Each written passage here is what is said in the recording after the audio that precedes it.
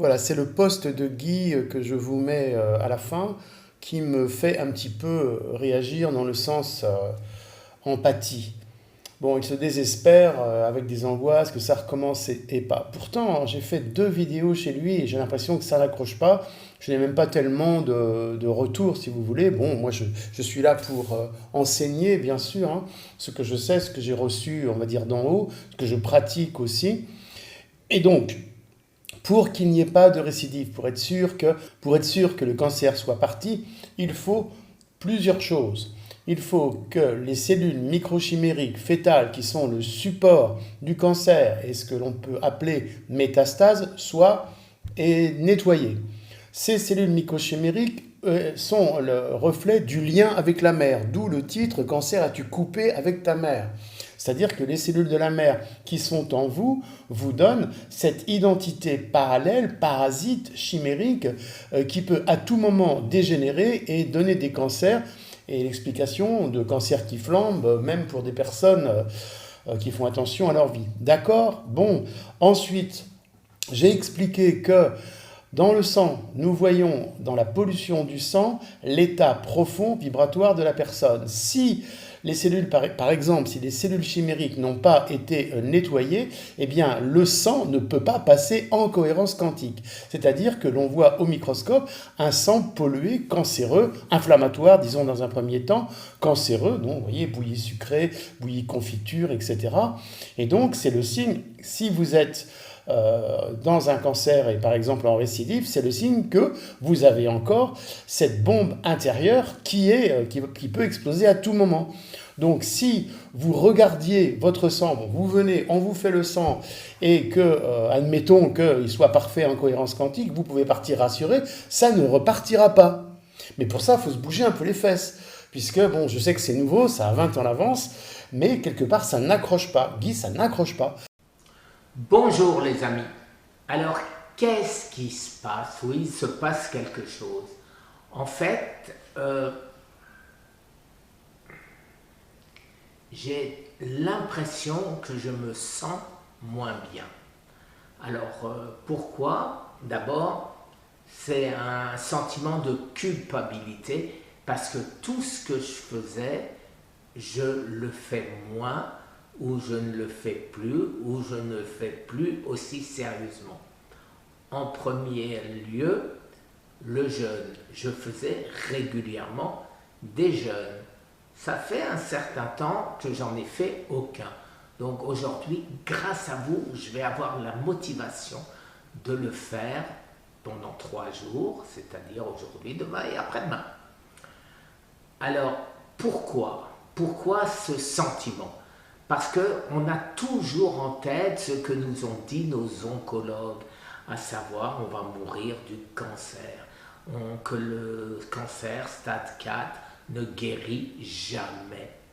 Et de ce fait, bien sûr, ça trotte dans la tête et c'est de plus en plus difficile quand on se sent guéri de ne pas se dire et si ça revenait? Et si ça revenait? Et alors on cherche en soi ce qui fait que peut-être c'est revenu. Non pas que ça va revenir, mais que c'est revenu. Alors mon augmentation d'acide lactique, ça c'est un signe. Et je cherche toujours, alors l'histoire de la B1, l'augmentation de la B1, l'effet pervers parce que j'en ai mis trop pour mes tremblements. Ça peut être une explication. Le fait que je ne respire pas assez profondément. Le fait aussi que je ne boive pas suffisamment. Peut-être. Mais c'est des si. Et avec les si, alors, l'autre chose, c'est mon indice glycémique. Mon indice glycémique était toujours à 90 à peu près, en mangeant quasiment tous les jours un peu de fruits remplis d'antioxydants, c'est-à-dire les baies, les mûres, les framboises, blackberry, blueberry en anglais. Et aujourd'hui, en ne mangeant pas plus, ma glycémie monte à 116 par exemple ce matin. Alors pourquoi? Pourquoi est-ce que, comme les oncologues le disent, le cancer trouve toujours son chemin? Et aujourd'hui, mon corps sait exploiter le peu de sucre qu'il y a dans les baies. Est-ce que le fait des antioxydants deviennent moins importants que le sucre pour mon corps? Quand je dis mon corps, ça peut être un éventuel cancer. Je n'en sais rien. Donc, qu'est-ce que je vais faire? Je vais donc devoir éliminer totalement les fruits et je vais bien voir si ma glycémie va descendre à nouveau. Alors, je crois que le pire, c'est le matin quand on se réveille et qu'on se dit « et si ?» et si. Et oui, parce que je l'ai toujours dit et je l'ai toujours fait, l'état d'esprit. Non, le cancer ne m'aura pas. Non, le cancer ne gagnera pas. Non, je suis guéri, ou plutôt oui, je suis guéri, le cancer n'existe plus.